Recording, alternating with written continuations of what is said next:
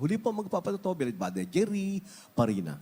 Amen. Praise the Lord. God bless po sa ating beloved ardent preacher. Praise the beloved Doc. Praise the Lord. Hallelujah. Mataas parangal, pagdakil at pagsamba para po sa ating pinakamamahal na Penso Cristo, and give double honor, respect to our beloved and noble pastor, Will Strad Almeida, the end-time prophet of our loving God, and always remember, cherish the blessed memories, teaching our really beloved pastor, Linus Almeida, at sa kanila pong mga beloved, mga anak po, to all beloved Almeida family, sa lahat ng pong ating pong beloved webcast viewers, sa lahat po ng beloved veteran, beloved co-workers, at kung may bisita po, welcome po kayo sa gawain ng ating mahal na Panginoon. At naman in behalf of our beloved family po, nais po namin pasalamat sa mahal na Panginoon. Just yesterday lang po, sa malaking himala po ng ating mahal na Panginoon na ginawa po, tunay po, na laging nagbibigay ng himala ang ating dakilang Diyos para lagi na po siyang mapupurihan.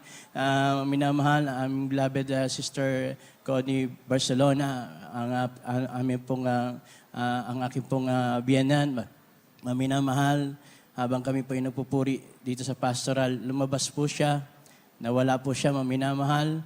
At dahil sa meron po siyang konting pagkalimot, minamahal, hindi niya alam kung saan siya uuwi, maminamahal. Yun po yung nag-bother po sa amin.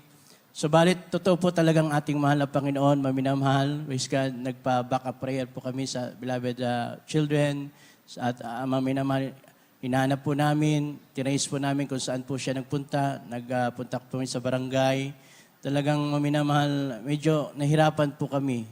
Pero andun po yung panatag po, yung aming kalooban. Wala pong takot, maminamahal. Alam po namin, ang ating mahal na Panginoon ay gagawa po ng malaking himala, maminamahal. Praise God, hallelujah. At maminamahal, naabot po na kami ng gabi. Upon tracing po doon sa sinakyan niya, naplakahan po namin yung body number, yung plaka po na sinakyan. Tinanong po namin yung konduktor, maminamahal, na bumaba po pala siya dyan sa SM, nang sumakay po siya dyan sa may highway po natin. At sabi, pupunta po sa Quezon Avenue, maminamahal. Naputol na po yung aming pong information po doon. At dumating yung gabi na po na ating prayer.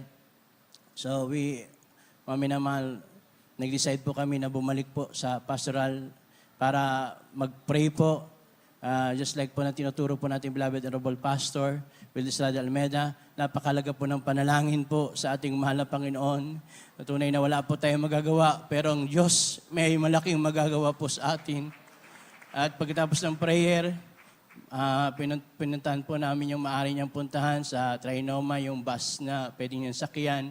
Alam niyo po kasi pag tatanungin po namin, beloved mother-in-law, wala siya, negative po siya doon sa yung tirahan niya, nakalimutan niya po yung bagay na yun. Pero yung mga personality doon sa amin, kilala po niya kami. Yun lang po yung bahay niya. Even po yung sa room po namin dito sa pastoral house, kalimutan niya, akala po niya apartment. Pero maminamahal, to make the story short, maminamahal, nagpunta kami sa police station, nag-post na po kami. Talagang, pati po mga beloved children, maminamahal na abala na po namin. Pero doon po natin makikita yung malaking concern po nila sa atin, minamahal. Tunay nag-aalala po sila at sila po yung nagte-text back na hinahanap din po nila yung ating beloved mami, minamahal. Praise God.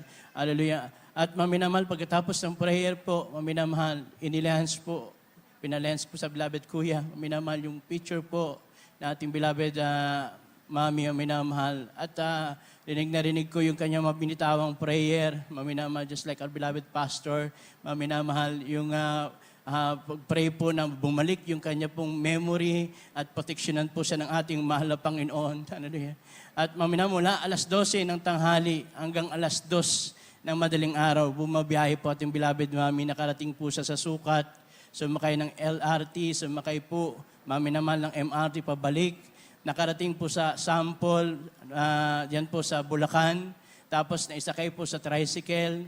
Hindi po niya alam yun lahat, maminamahal, pero nalaman po namin doon sa mga resibo ng kanya pong mga fare, maminamahal, pati yung single fare po doon sa LRT, dala pa po niya, hindi po niya na bitawan, maminamahal, hindi niya na surrender, maminamahal, para po mapatutuhanan talagang buhay po talagang ating dakilang Diyos, maminamahal. Praise God, hallelujah. At maminamahal, praise God, purihin natin dakilang Diyos.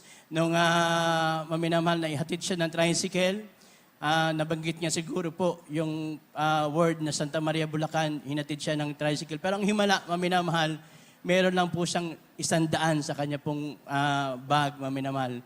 Talagang imposible po na makabalik siya, maminamahal.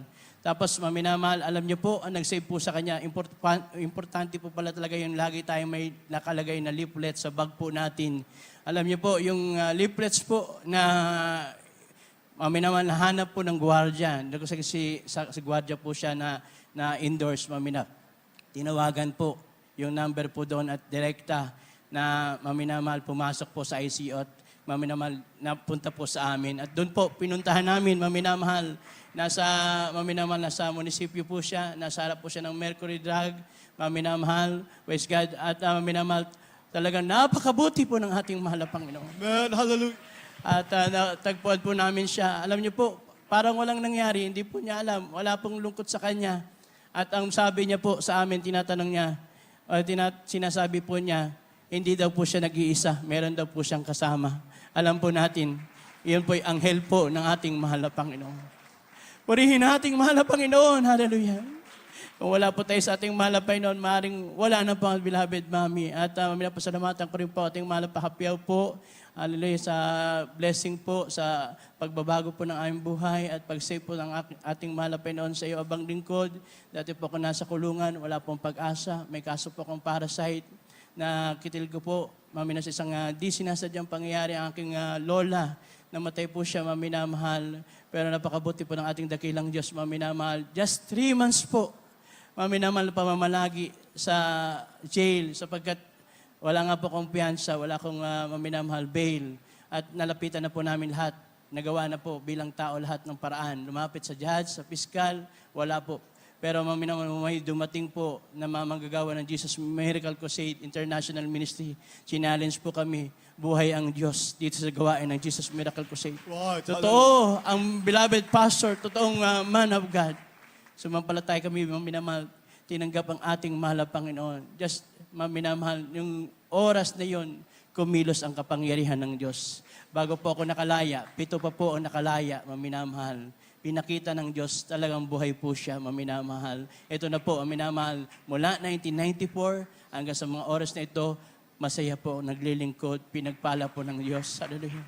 Kaya wala pong sapat na salita, kataga, aking mapasalamat.